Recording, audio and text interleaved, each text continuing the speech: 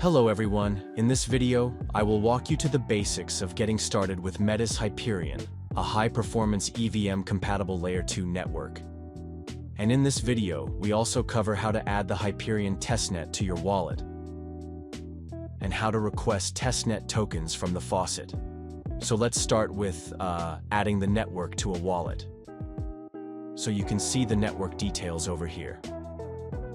So you can check the chain ID currency symbol RPC URL block explorer along with the faucet. So let's first add the network to a wallet, just by connecting the wallet. You have to approve.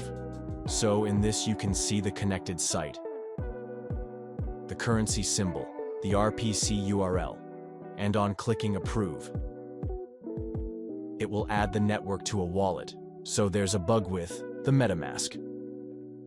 So you have to try again.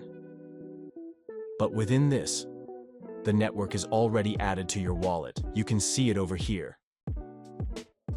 So the Hyperion Testnet has been added already, and you can go ahead and get the faucet.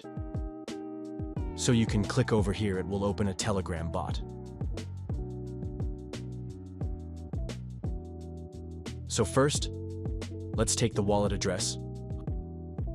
I already have 0.01, so I'll take this go over here, /* space, the address, and this will add my faucet request.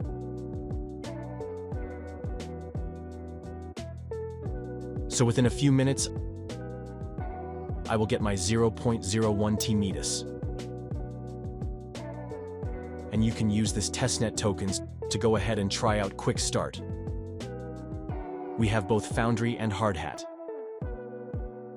And you can choose whatever you like, and then try it out and deploy a smart contract and start building.